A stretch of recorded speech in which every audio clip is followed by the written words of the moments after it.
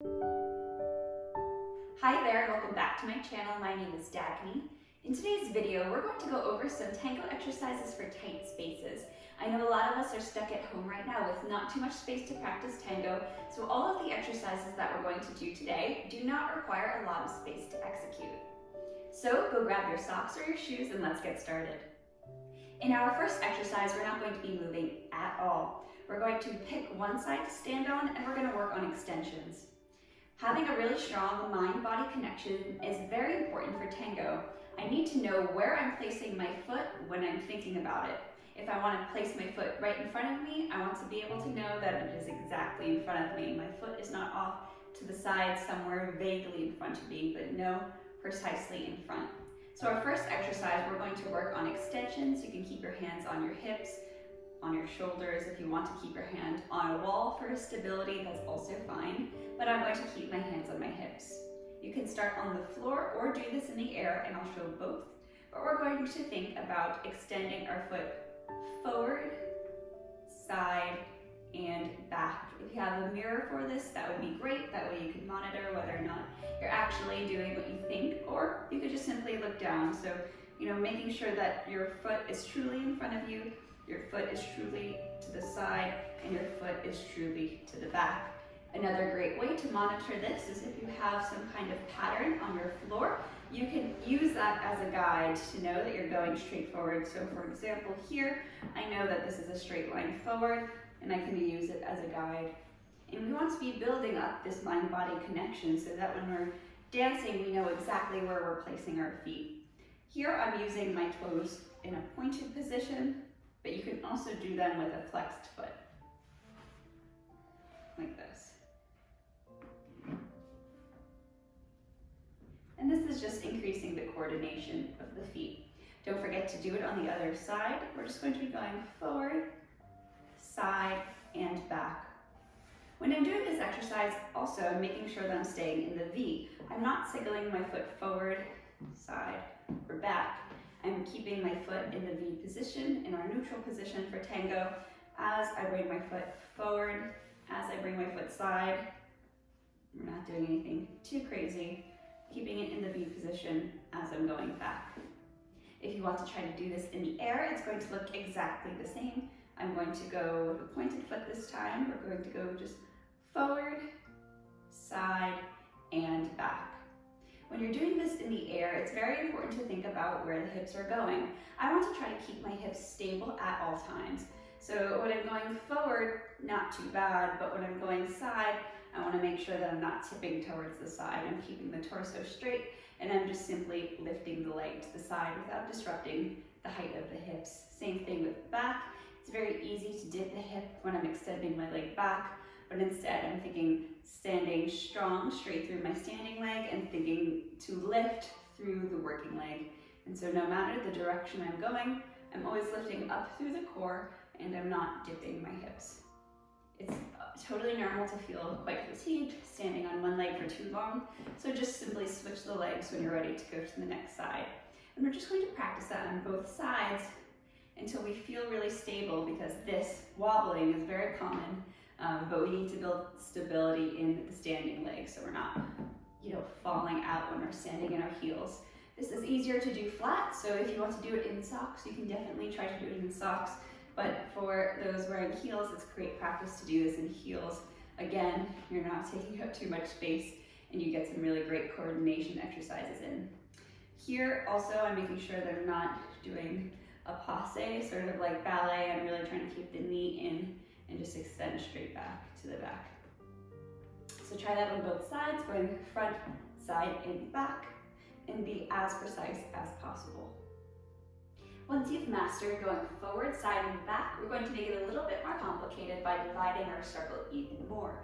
So between the front and the side, we have a diagonal, and between the side and the back, we also have a diagonal.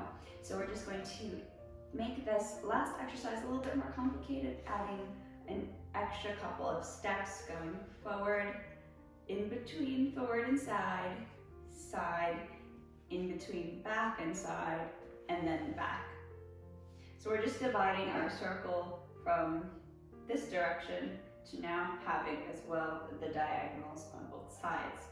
We're just dividing everything evenly on both legs. So we're going forward, front diagonal, side, back diagonal, and back.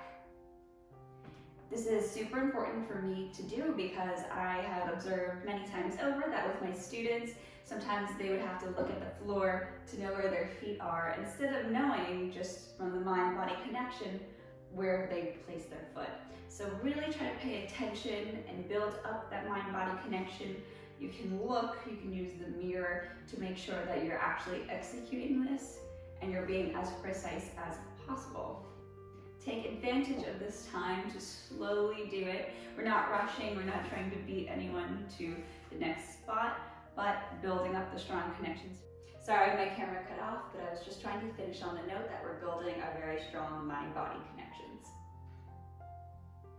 Our next exercise is going to be combining dissociation, steps, pivoting, and so we're going to be taking 2 very tiny steps and thinking about a dissociation. So from the side, we're going to pick a front, and so this will be my front towards the camera, and I'm going to take 2 steps forward. So I'm starting with my left foot, I'm going to take 1 step, 2 steps, collect, change my weight, and pivot 180 degrees. Now I'm ready to go on to the next side. So this is still my front, where I can imagine my partner standing in front of me, and so I'm taking a step with the leg closer to my partner. 1, 2nd step, collect, change the weight, and then pivot 180 degrees, keeping my torso. From this angle, this is now my front.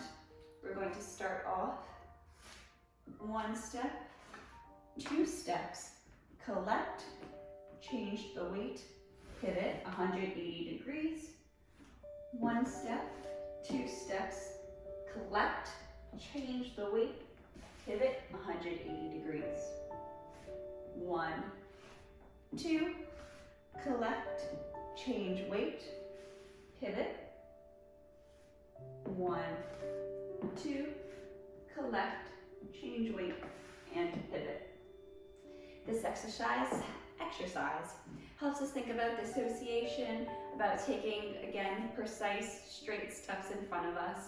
We're getting a nice pivot in there, 180 degrees, starting from our core, and we're going to take it slow and make sure that we're being precise.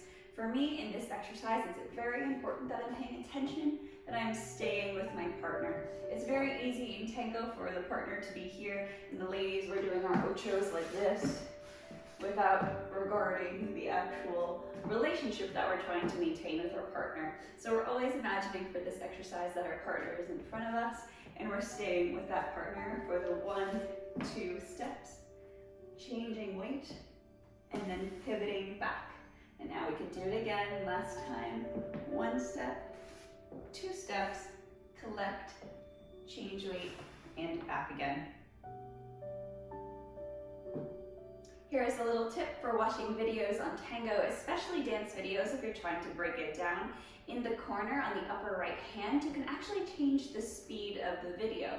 If you find that I'm speaking too quickly, or if you need to see something again much slower, you can actually adjust how fast the video is playing. And that way, if any of these exercises aren't making sense in real time, you can slow it down to a speed that's better for you. Continuing with steps and ochos, we're going to be making a square on the floor. You can put an object in front of you if that helps you keep your orientation, but we're just going to be drawing a square on the floor using forward steps, side steps, and back steps. You might recognize this pattern. We're going to be going forward, side, forward, side, back, side. You know you always have to go in this pattern, so that will inform which direction you take your step.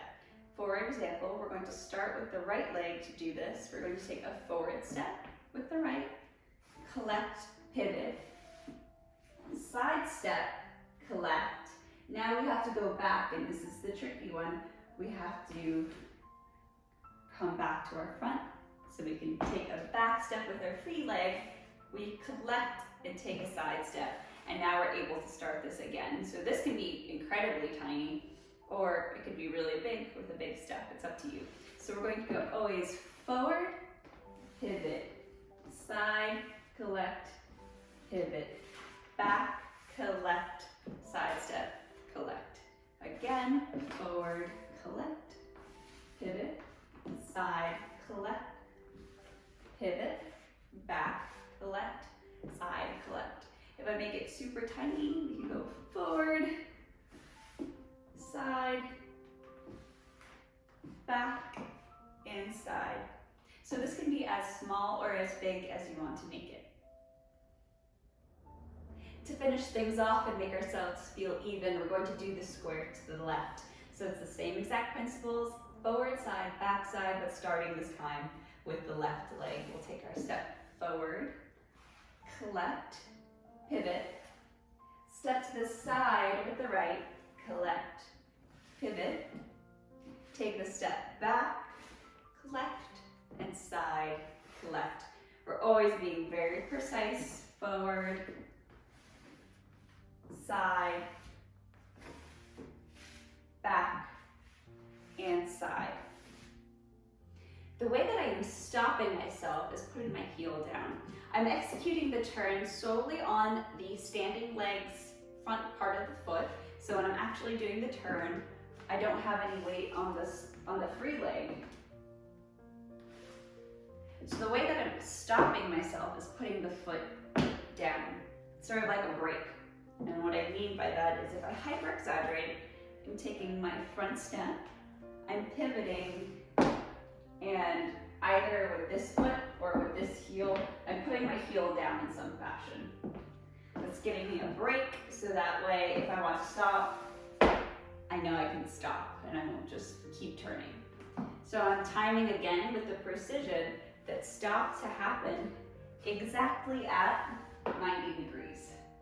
Side, collect, back pivot, stop, take the step back, take the step side. All these exercises are about precision, and again, they can be kept very tiny. Keep practicing them. I know we have a lot of time on our hands now. We're all stuck at home, and I hope that you're able to do these steps. I tried to think of the smallest little exercises we can do. If you enjoy these, please give the video a thumbs up, and I'll see you next time. Don't forget to leave a comment down below if you have any questions or you just want to say hi. I'll see you next time. Bye.